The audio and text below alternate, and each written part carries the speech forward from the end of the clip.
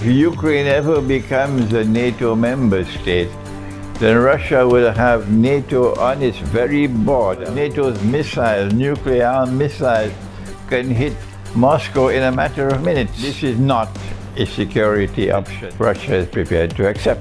And so Russia has put its foot down. This is our red line. And we will not allow a next-door neighbor state to pose such a tremendously dangerous threat to our security. So we're going to take steps to ensure the protection of our own security. And Russia has every right to ensure its security.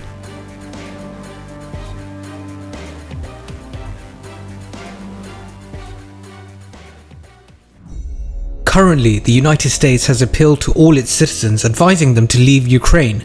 The Pentagon has trained over 8,500 troops ready for deployment to Eastern Europe, of which about a battalion has been put on immediate alert. The Finnish army also increased its combat readiness. Ukraine receives a large number of weapons, primarily anti-tank. In the airspace of the region, there's an increased movement of British, Swiss and American air patrols and aircraft equipped with radar. 6 American F-15 fighters arrived in Estonia, while Danish F-16 fighters landed in Lithuania. Ukraine continues to increase its military forces on the border, and the police are setting up roadblocks near the border towns. Russia, for its part, is deploying more and more Iskander missiles, medium-range surface-to-surface missiles that can reach the Ukrainian capital.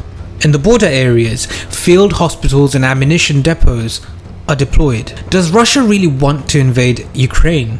I personally don't think so. All Russia wants to do is protect its borders, and the United States isn't helping, neither is NATO. They want conflict. I'll tell you why later, but Russia doesn't, and knows for a fact that conflict will probably not materialize because America is weak and its allies can't make their minds up. Geographically speaking, all this is taking place near the western border of Ukraine. The United States and NATO are hinting at readiness to intervene in the war if Kiev clashes with Moscow. But in reality, if a war situation was to take place, nobody will come to the aid of the Ukrainians. The United States ambassador to the United Nations has already said that his country is also considering military measures against Russia in the event of an escalation around Ukraine. But all this is just mere lip service to the Ukrainians.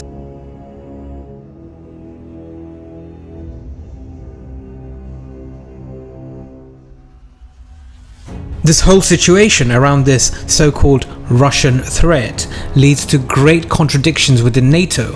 If the United States and Britain evacuate their diplomats from Kiev, the European Union is in no hurry to do so.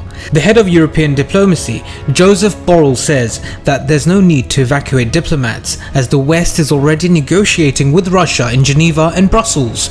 On the issue of possible military action and active support for Ukraine, approaches are also far from unified. The United States wants everyone, the collective West, to be unified. Strong Germany is strongly against any activity in Ukraine. Dire warnings mount as Russian forces dig in on Ukraine's border and diplomatic talks stall. Is Europe facing its biggest military confrontation since the Second World War? That remains unclear, even as military muscle flexing sends a signal of overwhelming strength. Some NATO member countries seek to alter the imbalance by supplying Ukraine with weapons and threatening Russia with sanctions. Yet a key European player equivocates. Today we ask, Russia-Ukraine conflict, is Germany letting its allies down? Even if Russia invades. German politicians say Russia is not an enemy, and Chancellor Olaf Scholz is brushing aside plans for Ukraine to join NATO.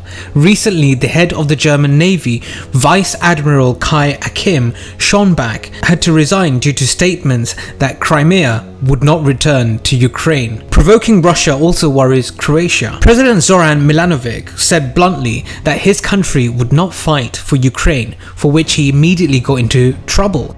You see, my dear friends, the behavior of Germany and Croatia is very revealing because these countries experience 2 world wars in their existence. They don't want to repeat historical mistakes. The lack of NATO unity on Ukraine that Joe Biden recently spoke about is also shackling the United States, forcing it to limit its military activity. Yes, of course, the Americans and Brits are sending military assistance and grenade launchers to Ukraine, but they won't dare to do more. Just a few days ago, the US and NATO made 2 serious and responsible statements. NATO Secretary General Jens Stoltenberg said NATO has no intentions of deploying combat units in Ukraine, while White House Press Secretary Jen Psaki said Biden has no interest or desire to send troops to Ukraine. The White House says it has no intention of sending troops into Ukraine. 8,500 American troops have been placed on standby to be deployed to the region should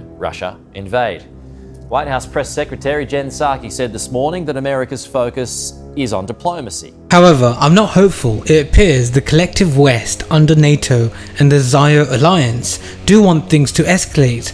Look at Israel already planning. This rabbi, called Rabbi Vilna, said it would fulfill a centuries-old prophecy. He said, when you hear the Russians have captured the city of Crimea, you should know that the times of the Messiah have started, that his steps are being heard. And when you hear that the Russians have reached the city of Constantinople, which is modern-day Istanbul, you should put on your Sabbath clothes and don't take them off, because it means that the Messiah is about to come any minute.